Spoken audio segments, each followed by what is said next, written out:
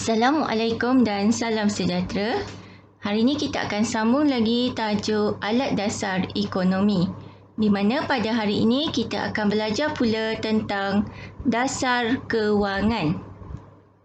Apakah itu sebenarnya dasar kewangan? Dasar kewangan merupakan satu cara kerajaan mempengaruhi kegiatan ekonomi melalui kawalan bekalan wang dan kadar bunga supaya ekonomi negara sentiasa berada dalam keadaan yang stabil. Dasar kewangan ini dilaksanakan oleh Bank Pusat, iaitu Bank Negara Malaysia. Jadi ada dua jenis dasar kewangan, iaitu dasar kewangan mengembang dan juga dasar kewangan menguncup. Sekarang kita tengok kedua-dua jenis dasar kewangan ini. Jadi dasar kewangan mengembang dilaksanakan untuk menambahkan bekalan wang dalam ekonomi. Manakala dasar kewangan menguncup pula digunakan untuk mengurangkan bekalan wang dalam ekonomi. Jadi dasar kewangan mengembang ini sebenarnya digunakan untuk mengatasi masalah pengangguran dan juga kemelisitan ekonomi ataupun kita sebut sebagai deflasi. Manakala dasar kewangan menguncup pula digunakan untuk mengatasi masalah inflasi. Jadi bagaimanakah cara dasar kewangan mengembang dan dasar kewangan menguncup dilaksanakan?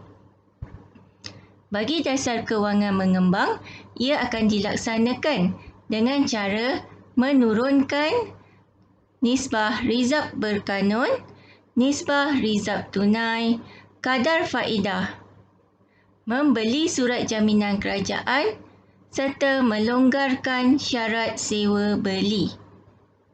Manakala dasar kewangan menguncup pula dilaksanakan dengan cara menaikkan rizab berkanun, rizab tunai dan kadar faedah serta menjual surat jaminan kerajaan dan mengetatkan syarat sewa beli.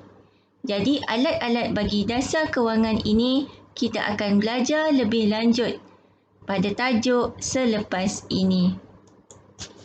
Seterusnya kita tengok bagaimanakah pelaksanaan dasar kewangan mengembang.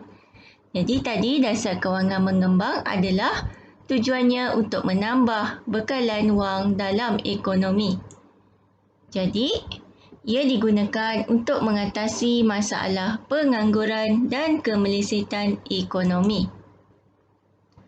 Apabila penawaran wang dalam ekonomi meningkat, maka ini akan mendorong kepada peningkatan dalam aktiviti pelaburan. Seterusnya, aktiviti pengeluaran barang dan perkhidmatan juga akan bertambah.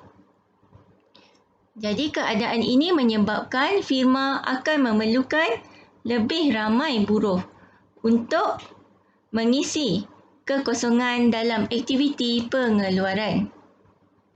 Dan seterusnya, kadar pengangguran dalam ekonomi akan turun dan pendapatan masyarakat akan meningkat. Dengan ini, kuasa beli pengguna juga akan meningkat dan seterusnya permintaan barang dan perkhidmatan dalam pasaran secara keseluruhannya akan meningkat. Maka masalah kemelisitan ekonomi akan dapat dipulihkan. Seterusnya kita lihat pula dasar kewangan menguncup. Jadi dasar ini tadi matlamat dia adalah untuk mengurangkan bekalan wang dalam ekonomi. Jadi ia akan digunakan ketika ekonomi kita menghadapi masalah inflasi. Apabila penawaran wang dalam ekonomi berkurang, maka aktiviti pelaburan juga akan berkurang. Ini akan mendorong kepada pengurangan dalam aktiviti pengeluaran barang dan juga perkhidmatan. Jadi, pertumbuhan ekonomi yang perlahan ini menyebabkan firma terpaksa mengurangkan pekerja. Jadi, apabila pekerja tadi kehilangan pekerjaan, maka pendapatan pengguna akan turun. Seterusnya, kuasa beli pengguna juga akan turun dan permintaan barang dan perkhidmatan secara keseluruhannya juga akan turun. Jadi dengan ini, tingkat harga umum akan turun. Maka masalah inflasi tadi telah dapat diatasi.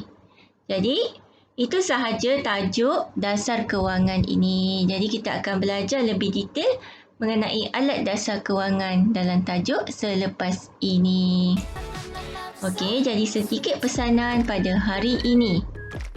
Ambil risiko atau anda akan kehilangan peluang. Jadi fikirkanlah, pilihan itu berada di tangan anda.